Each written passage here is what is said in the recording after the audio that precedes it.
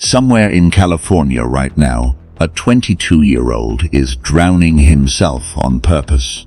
Not because he's suicidal, because he wants to be a Navy SEAL. And only 1 in 10 who start this pipeline will ever finish it. Here's what nobody tells you about Special Forces. It was never just sweat, grit, and never quit speeches. Every single level has a number attached to it. A real, measurable, almost unbelievable number. Some countries spend more protecting that number than most companies spend building their entire product line. Today, we price it out.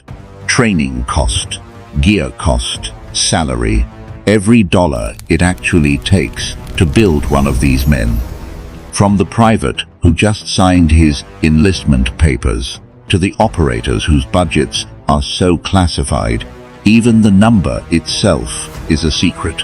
This is 7 levels of Special Forces priced out.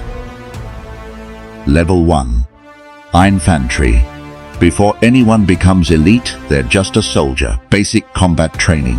9 to 10 weeks of getting broken down and rebuilt from scratch. It's the cheapest tier on this list by a wide margin, but it's also the foundation. Every other level is built on top of. Here's the price tag.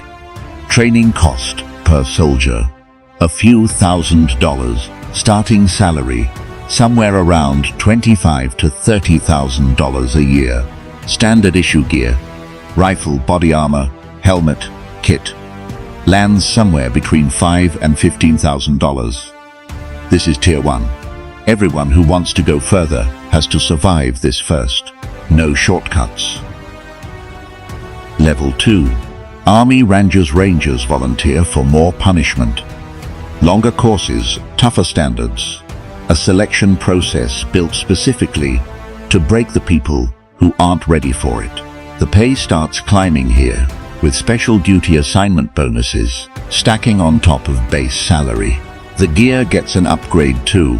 Better optics, better communications equipment, a loadout built for a harder job. But this is still just a fraction of what's coming. Ranger tier is the appetizer. The real numbers haven't even shown up yet.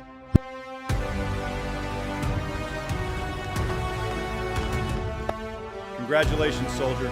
You've earned this.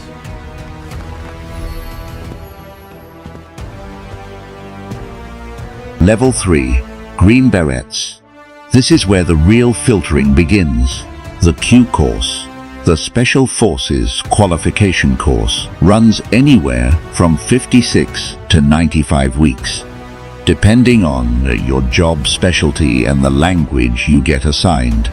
And it chews people up. Enlisted dropout rates average 77%. Even officers wash out at a rate of 64%, but survive it, and the money starts stacking fast.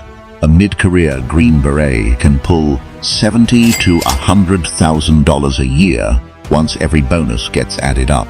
Special Forces qualification pay, $150 a month just for being jump qualified, up to $340 a month in dive pay, and a language proficiency bonus that can add anywhere from $200 to $1,000 a month on top of everything else.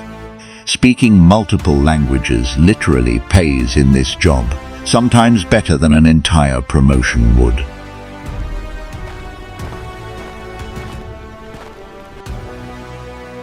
Level 4, Navy SEALs. Now we get to the number that breaks people's brains. Training a single Navy SEAL costs the US Navy more than $500,000. Part of the reason is brutal math. The attrition rate at BUD regularly exceeds 70%. The Navy isn't just paying to train the guy who makes it through. They're paying for every single candidate who doesn't. After BUD-SS specialized training in combat diving, parachuting, and advanced marksmanship adds another $200,000 to $300,000 per trainee. Equipment alone, diving gear, weapons, survival kit, runs $50,000 to $100,000. Add it all together, and the US government can spend close to $1 million turning one 22-year-old into a Navy SEAL. And that's before he's earned a single dollar of the dive pay, jump pay, and special duty pay stacked on top of his base salary for the rest of his career. One operator, nearly $1 million before his first mission. To put that in perspective, that's more than most Americans will earn in 15 years of working a full-time job. It's enough to buy 3 fully loaded Lamborghini Huracans. It's more than the average US home costs in most states. And the Navy spends that on one 22-year-old before he's fired a single shot in combat. Level 5. Delta Force. Here's where it gets strange. Delta Force operators are paid on the exact same base scale as any other soldier, rank and time in service. Nothing special written into the base number. Enlisted operators broadly earn somewhere between $50,000 and $100,000 a year, once hazard pay and jump pay get factored in. But here's the twist. Beyond that base number, the real compensation is classified. Bonus structures, mission pay, specialized incentives. None of it is public record. Not necessarily because it's bigger, because the unit itself barely officially exists. You can't put an exact price tag on something the government won't even confirm is real.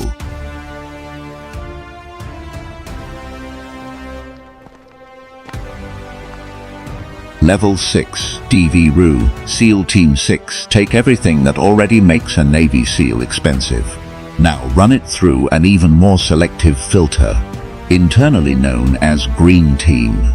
This is the unit that got Bin Laden. Gear budgets here show up on any public ledger. Mission-specific equipment, custom weapons, whatever the operation requires. The budget bends to the mission, not the other way around. If Navy SEAL training already costs close to $1 million, DEVGRU is what happens when the spending keeps going after that number stops being the ceiling. Clear left! Advancing! Level 7, JSOC black budget units. And then there's the tier most people don't even know exists. Units operating under classified black budgets. Funding lines buried so deep inside defense spending that even members of Congress don't get the full picture. There's no salary chart for this tier, no training cost breakdown, no equipment list you can look up. The number isn't just private.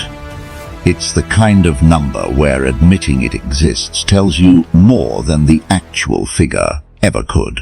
That's the final level, not the biggest paycheck on this list, the one where the price tag disappears completely. Closing, so there it is. 7 levels, from a $25,000 a year private to a black budget unit, where the number itself is classified information. Here's what's actually wild. It was never really about the paycheck. A regular soldier and a Delta Force operator can be earning almost the same base salary. The real cost was everything it took to get there. The 70% who don't make it through BSH. The 77% who wash out of the Q course. Years of training that never once show up on a pay stub. Which level surprised you the most? Drop it in the comments. And if you want to see what it actually costs to build a private army from scratch, that's coming soon on Walter Breaks It Down.